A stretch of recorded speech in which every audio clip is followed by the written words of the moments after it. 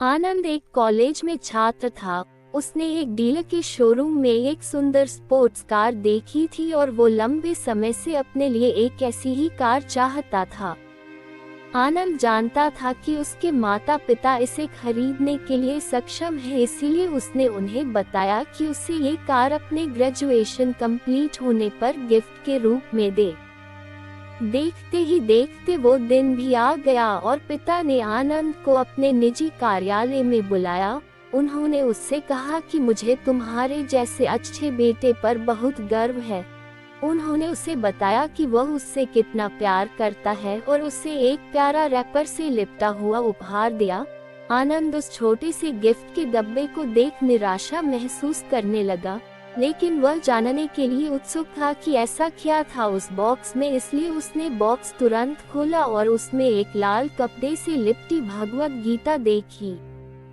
आप इतने अमीर हैं और आप मुझे केवल एक गीता दे रहे हैं।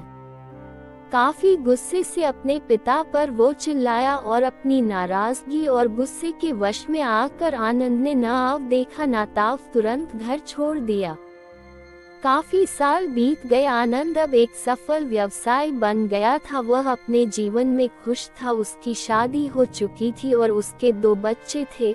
उनका परिवार एक सुंदर घर में रहता था, लेकिन उसके पिता के साथ टूटे रिश्तों के कारण उसकी आत्मा अभी भी आहत थी। आनंद अपने पिता का घर छोड़ने के बाद कभी उनसे नहीं मिला था। आनंद को उस दिन के बाद अपने पिता को ना मिलने का पछतावा हमेशा रहने वाला था, क्योंकि एक दिन उन्हें एक पत्र मिला जिसमें उसके पिता के निधन की खबर थी और साथ ही ये बताया गया था कि उन्होंने अपने जीवन भर की पूंजी वसीयतनामा के अनुसार अब आनंद के नाम कर गए थे।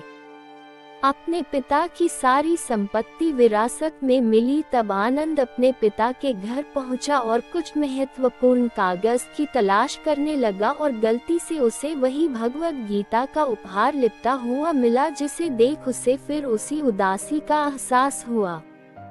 उस गीता को उसने अच्छे से देखा तो उस पर अपने पिता की हैंडराइटिंग में कुछ लिखा पाया। उस पर लिखा था, मैं खुद को बेचकर भी हर सपना पूरा करूंगा तेरा, बस तू सपने जरा बड़े देखना। ये बोल रहा बाप नहीं, जिंदगी का सबसे पहला दोस्त तेरा।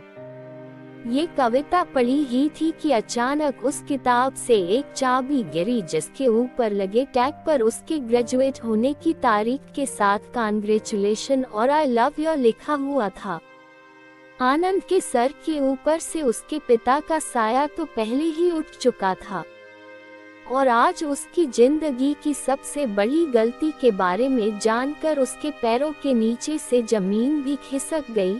इस दिन आनंद की आंखें और रूह दोनों पछतावे के आंसू रोई।